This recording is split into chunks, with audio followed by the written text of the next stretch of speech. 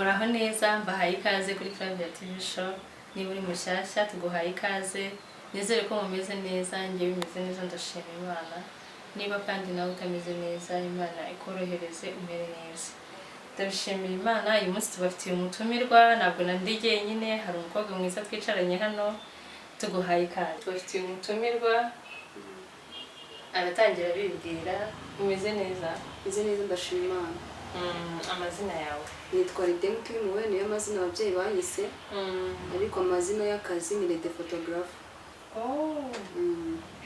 Twishimiye kukwakira kuri Flavia TV Show. Murakoze cyane, nanjye ndabishimiye cyane. Murakoze cyane. Ndamubasuhurije, tuguhaye ikaze. Ikaze, twishimiye ko waje hano kuri Flavia TV Show. Dukunda abashyitsi, dukunda abatumirwa, tuguhaye ikaze. Murakoze cyane. Utubwiye amazina ariko utubwiye ko uri umufotogarafe. Yego. Uri umufotogarafe koko? Umufotogarafe w'umukobwa wabigize umwuga. Umva hambere niho byari bitangaje, ariko ubwo byabaye ibintu bisanzwe. Igitekerezo cyo kuba umufotogarafe wagikuye hehe? Igitekerezo cyo kuba umufotogarafe ubundi mbere na mbere n'Imana ibanza nyine ikabigiramo uruhare. Ikavuga turi umwana w'umukobwa, imbere yiwe aza umufotogarafe. So ubundi ngewe nize amashanyarazi muri secondaire, amashuri yisumbuye niyo nize, Kayenzi, aho bita Kayenzi muri Kamonyi, Kayenzi Private School, nize amashanyarazi. Ubwo n'abantu mwiganye bahise bamenya. Abantu mwiganye n'uyu mukobwa mwiza turabasuhuje cyane.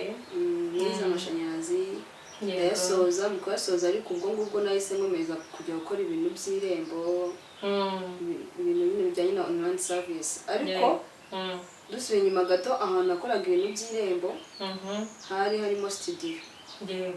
Mu kuba harimo studio njya mbona bari gufotora, abakiriya baza bafotora foto passport, bose akajya binshishikariza nawe ugomba gufata kamera nyine ukajya gufotora, akabinyigisha nyine akabinshishikariza.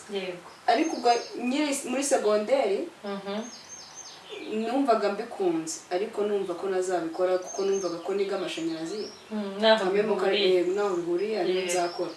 Iyo umuntu akiri kwiga aba yumva ko ikintu yiga ariyo azakora cyane rwose. Twese niko byari bimeze. Hanyuma nyine bakajya banshishikariza, abahungu twakoranaga aho ngaho bakabinshishikariza, bakabinkundisha, nkafata kamera, umukiriya yaza foto passport, kwa kundi ufata kamera ugiye guhereza umuhungu ugiye gufotora ukayimuha uri gutanga ubufasha. Yego. Ariko nayikoraho nkumva iraryoshye pe kuyifata. Yego. Nikwabwira nyine uburyo nagiye muri photography ndi umukobwa. Hanyuma ubwo ngubwo urabinshishikariza, ariko ubwo mu rugo baza kumbwira ati ugomba kujya kwiga kaminuza. So tibaza amashanyarazi narayize pe, ariko nta kiraka nabonye. Wenda mvuge ngo naracyange, mvuge ngo nagikoze, mvuge ngo napatanye ndakora amashanyarazi.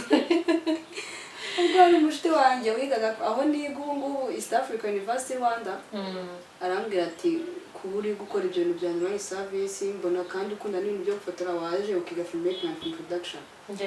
Bose gato umva byavamo. So ubwo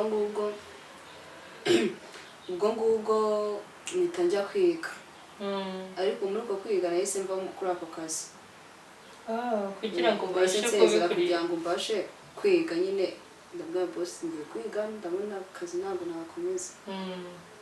Mpita njya kwiga kaminuza, ariko ko kwiga kaminuza hari utwo nari maze kumenya. Maze kumenya gukora foto passport, umukiriya aza gufotora, nayimusohorera, na editinga, maze kubimenya baranyeretse, bakanyereka settings za kamera, akavuga ati ugomba gufotora ifoto imeze gutya, itambitse cyangwa ihagaze bitewe n'iyo umukiriya ashaka. Yego. Ubwo ngubwo natangiye kaminuza mu kwa 9 2024, East Africa University Rwanda. Muri uko gutangira kaminuza sinari nzi ngo nzabikora. Yego. Pe nta nubwo nabyiyumvishaga ko nzakora ibijyanye na photography and videography. Yego. Ubwo ngubwo mu kwezi kwa 12 Mana we. N'abantu mwe n'ukuri mujye mwizera Imana, mujye musenga Imana kuko Imana ishobora byose. Ubwo ngubwo mpita mbona kamera.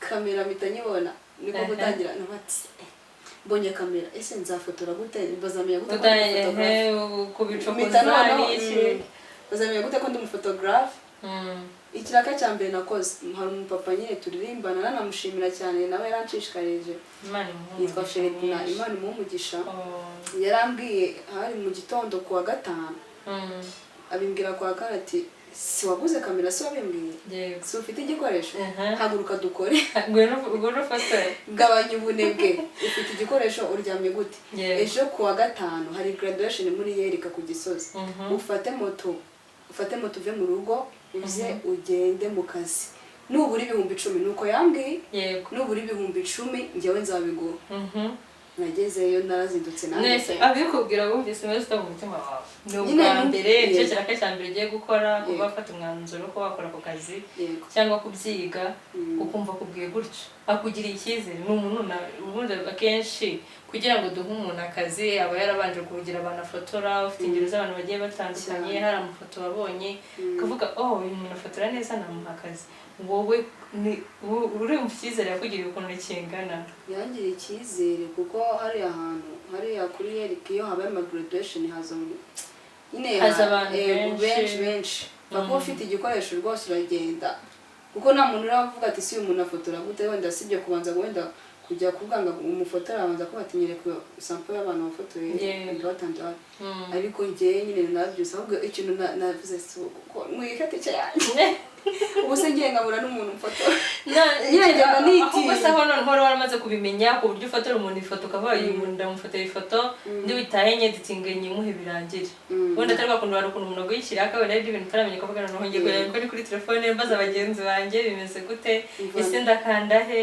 nagiye nitinya cyane ko niyo kamera nari nabonye nyine iyo mirimo y'Imana nago ariyo twakoreshaga muri studio byari bitandukanye ntabwo bwari ubwoko bumwe ubwo ngubwo arambwira ati haguruka uze tugende yego ko saa 12 yari yamamagaye wabyutse arambwira ati si uko ko ibintu uri kumbwira ati ngwino njye nabwiye ati nuburi 10,000 ndabiguha yari afite icyizere cyinshi hanyuma ndabyuka nditunganya rwose Yesu nkubita n'imyenda y'akazi ubwo ntega moto njya kuri Yerika numva nitinya Mana yanjye ubwo ngubwo ngezeyo tangira kubona harimo n'abandi bakobwa bagenda gushaba noneho abandi bagabo bakaza bansuhuza ngo turakushimiye nyine wumva ko hari n'abantu nyine kariyeri yacu tugira mu rukundo n'akantu k'inuza kajya kabamo cyane ko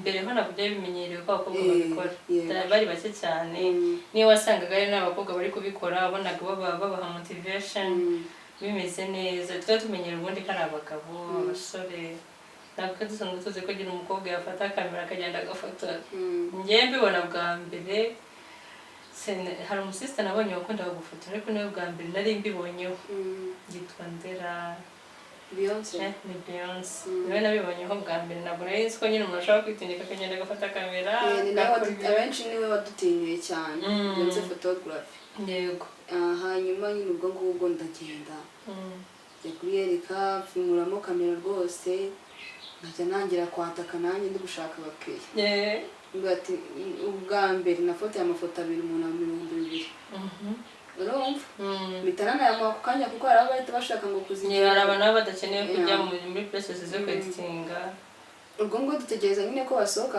graduation irangira barasohoka mu masangahe ubwo nibwo nabonye abanyamahanga b'abanyasudani baza kungati twiriwe tukwitegereza no dushaka ko niwe dushaka kudufotora ubwo ngubwo ndabafotora zase udufotoye amafoto angahe ndabanga amafoto 10 ubwo bahita amafoto menagaye n'igihumbi bahita bamereza kashi 10,000 yongera kuri bya 2012 uribaza ndavuga ati byaminuze ko byose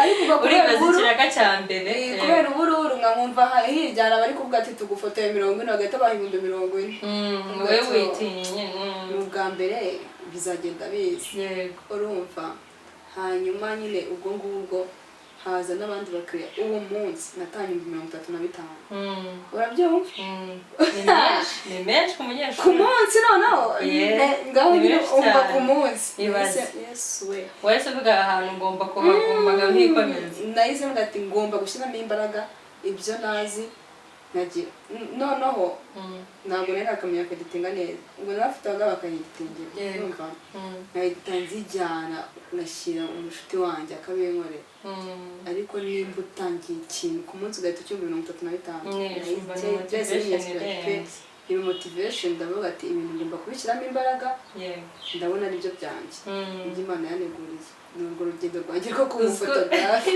uzi ko bitangaje njye ntangajwe n'umuntu wakugira icyizere bwa mbere akakugushishikariza kujyayo ihangane uze tugende none yabura ndayaguha Imana imuha umugisha cyane baranshishikarize cyane ko nabona n'ibikoresho navuga ati ndi umufotogarafe ngewe nza umufotogarafe nitangira kwiga kaminuza ukajya wumva bizashoboka ntabwo nzabyibagirwa ku itariki natangiye kaminuza mu kwa 9 2024 ku itariki 5 z'ukwa 12 nibwo bunyekeraga ibikoresho byo gukora ibaze urabyumva kandi ari umuntu wiga kandi ndarangiza ari kwegera abandi ngo bakora nataragira ibikoresho ni umugisha Imana ibiguhaye ntabwo nari nzi ko habamo amafaranga angana gutyo ku buryo ushobora kugenda uri umururu ugahura n'abo bakiriya kandi urumva mbere noneho amafoto yari agihendutse muri icyo gihe ubu ngubwo noneho ifoto ni hatari ugahita ucura ayo mafaranga natashye mu rugo mvuga ati nakandi kazi nawe urabyumva none uri umunyeshuri cyane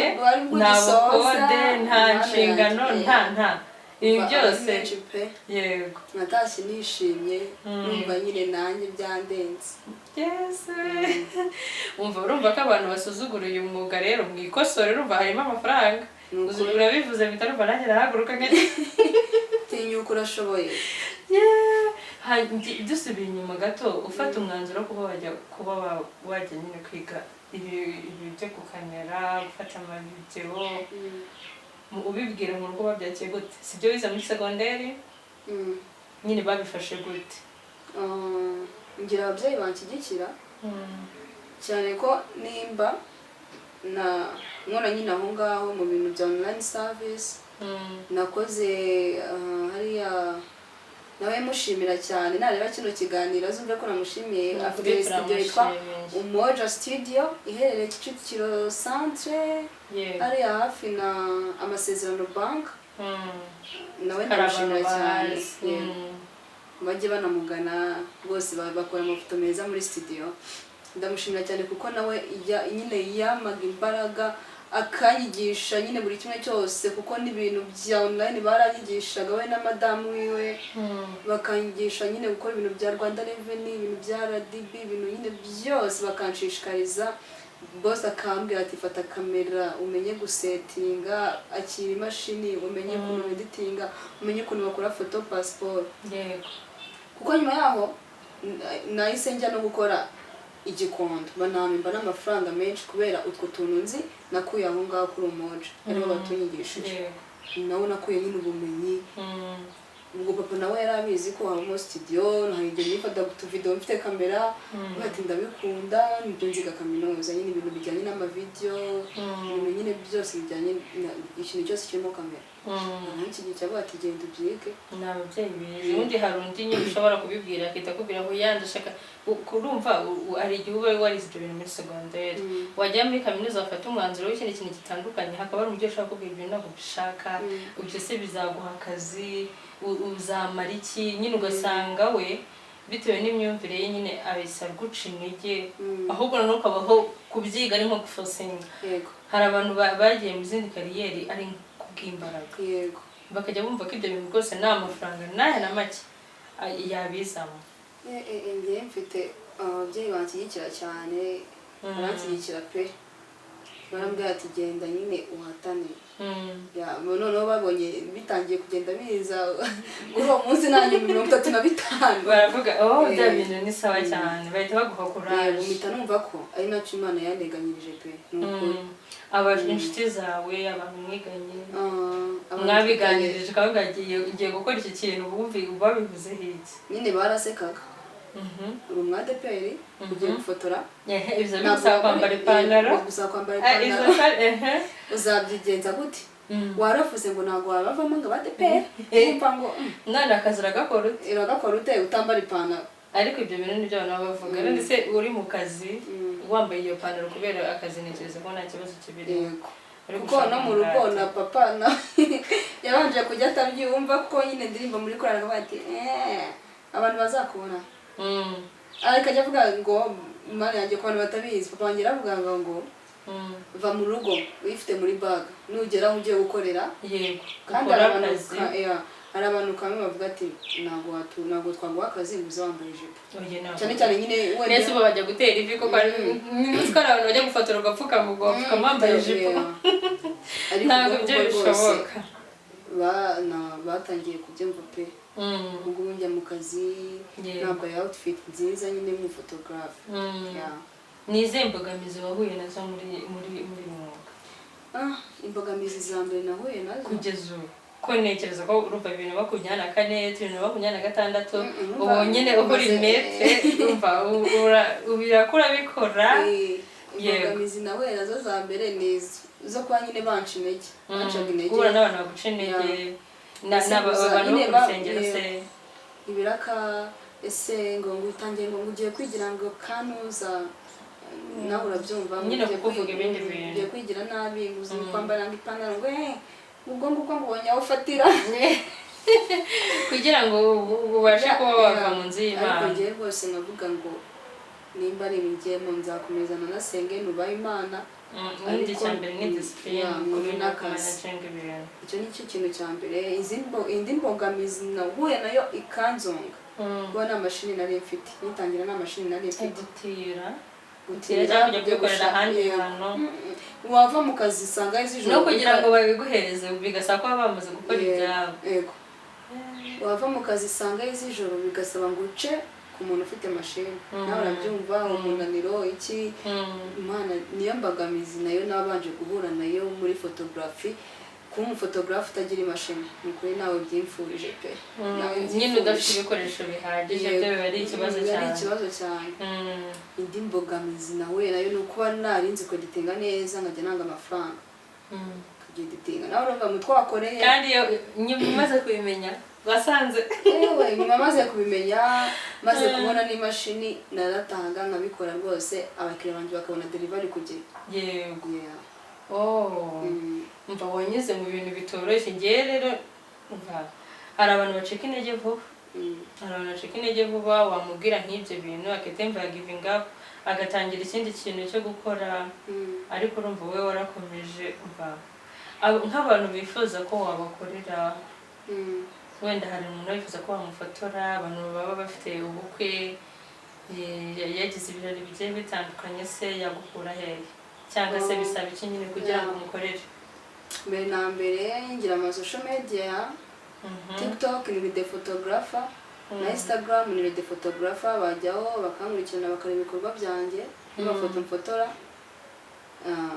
nk'umuntu akeneye nimero yawe hari nk'ukuntu wenda ukeneye kuba bakwandikira kuri WhatsApp nimero y'akazi nimero yanjye ya WhatsApp ni nayo wamamagaraho ni 078 43 94 727 iyo niyo nimero bagukuraho yaguhamagara cyangwa kwandikira kuri WhatsApp byose niyo nkoresha yego rero ndabasabye kugira ngo mumuhe akazi uyu mukobwa mwiza afotora neza afotora amafoto ameze neza wasize mbuga wagenda ukabona ibintu byose akora we ntabwo wigeze uhura n'ikintu cyo kuba wabura mubyita gute kuba wafotoye nk'umuntu ukabura amafoto wamufotoye bigashya ibintu byose nyine ukabibura wafashe uwo munsi nabwiye kese urahura nayo imbogamizi ariko nabona byabaye uwo munsi mvuga ngo ndi mu kazi mise ngihura hashize nyine nk'iminsi ndabibura waramaze gukora ibyo nabyo birajyana nk'icyo kibazo cyitwayemo nyine ngewe Yesu we narapanitse umutima urandya ndavuga ati Mana none ibintu nyine nabyo bitesha umutwe ukavuga ati akazi koko aka kazi ndagashobora gute none ureba kugenda imbere y'umukiriya ukamubwira ngo nawe bibuze none hari umugeni uwo munsi ntabwo ari busubize inyuma nisi bigenda gute nk'urugero nkanjye nkunda amafoto pe. hari uburyo dukoresha ugenda ugashyira umuntu nyine abagize bazi mama kompiyuta cyane akabigarura agakora recovery, ariko ubwo nyine iyo byanze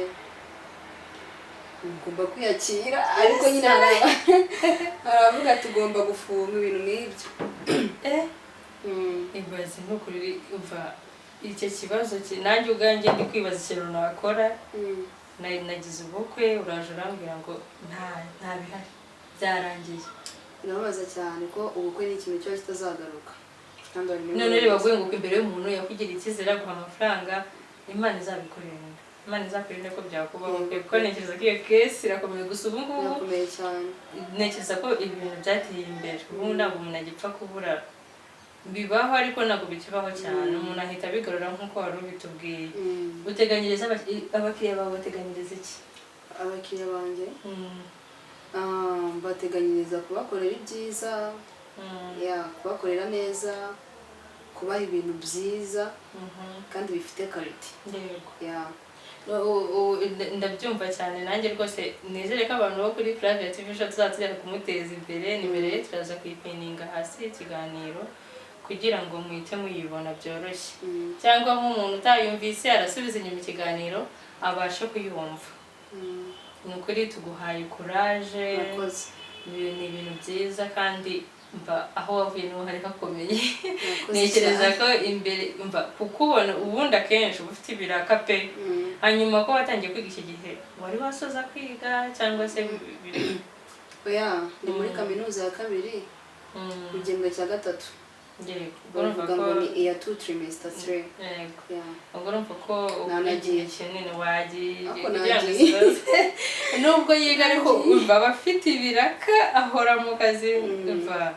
Ni icyo wabwira nk'ababyeyi umwana akubwira nk'ikintu wenda yarafashe nk'umwanzuro, hari umuntu uhitamo gukina filime, hari umuntu uhitamo kuririmba, hari umuntu uhitamo gufotora. Ni imyuga iri hano hanze ni myinshi. N'umuntu uhitamo kudoda wajya kubyiga biri inyuma y'ibyo bize muri segonderi akamuca intege. Icyo nabwira ababyeyi ni uko bareka abana bagakora ikintu bumva bashaka nyine bashoboye, kuko usanga aricyo Imana yamuteganyirije. Numva batamuca intege ahubwo bakamuba hafi cyane, kandi n'abakenshi usanga nawe hari n'umugisha we, ugasanga wenda nk'ibyo yize muri segonderi usanga kenshi abana ubu navuga ko ari 50% na 60% biga ibintu batihitiyemo mbere. Ariko ntekereza ko ubu ngubu nta mwana ujya kwiga mu wa 4 iwabo bamuhitiyemo. Ariko hari imbere wari ushaka kubwira ngo ugomba kwiga ubuganga uko byagenda kose, bikarangira nyine umwana agiye kwiga ubuganga, akiga rimwe agatsindwa ubundi agatsinda akagenda agashyiramo imbaraga, ariko bikaba byarangira nyine aribwo yize yagera muri kaminuza bikagorana nyine, ugasanga afashe icyemezo kimeze gutyo. Ababyeyi rero numva ko ari ibintu bakwiye gukosora, bakwiye guhindura cyane, ko ubu ngubu buri ikintu umuhungu yakora n'umukobwa yagikora. Bigomba no guhinduka muri sosiyete, ni ukuri pe, bigomba guhinduka cyane. Ibikorwa bigaragara ku ma TikTok, wenda nko kuri WhatsApp na Instagram. Ntabwo ufite YouTube channel wenda ubicishaho? YouTube channel mfite ntabwo ndatangira gushyiraho ibyo ngibyo, ariko mfite YouTube channel yitwa Umuco TV Official, ko nkunda n'ibintu by'umuco, ibintu bya gakondo. Bagireho baname subscribe. Abantu bose bari hano bagende bakore subscribe ku Umuco TV Official. Mugende mukoreho subscribe, kandi ni ukuri nizeye ko muri buze kubikora cyane, ko tuba tugomba gushyigikirana. Yega nubwo bigoye gukora subscribe, numva uve mu n'amasegonda bitwara. Icya mbere ni ubushake. Turagushimiye rero wabaje natwe, turagushimiye ko waduhaye waduhaye umwanya wawe ntekereza ko ufite ibintu byinshi byo gukora ariko kubona arakuvugishije ukemera kuduha umwanya nibyo mugisha turabigushimiye kandi n'ubutaha tuguhaye ikaze hano ni uko urisanga ntabwo ukiri umushyitsi wabaye umusangwa rero tuguhaye ikaze kandi tukwifurije gutera imbere abantu mumuhe ibiraka amafoto yatangira ku gihe kandi ikindi ntabwo ahenda abantu mufite ikibazo cy'uko rwose umuntu umubwira kugufotora ntabwo ahenda pe namutangira ubuhamya akora amakadire meza n'abantu baba barifotoje ahandi ariko bashaka gukoresha amakadire mu muhibiraka abakorere akora ibintu byiza cyane murakoze cyane rero nshimiye mwe mwese mwakurikiye kino kiganiro Imana ibahe umugisha niba uri mushya ari bwuje hano utarakora subscribe kugira ngo ibiganiro tuzadusohora bijye bikugereraho ku gihe ukore like share and comment kandi nukuri mwakoze cyane umuntu wareje iki kiganiro akirangiza Imana imuhe umugisha murakoze mukomeze kugira ibihe byiza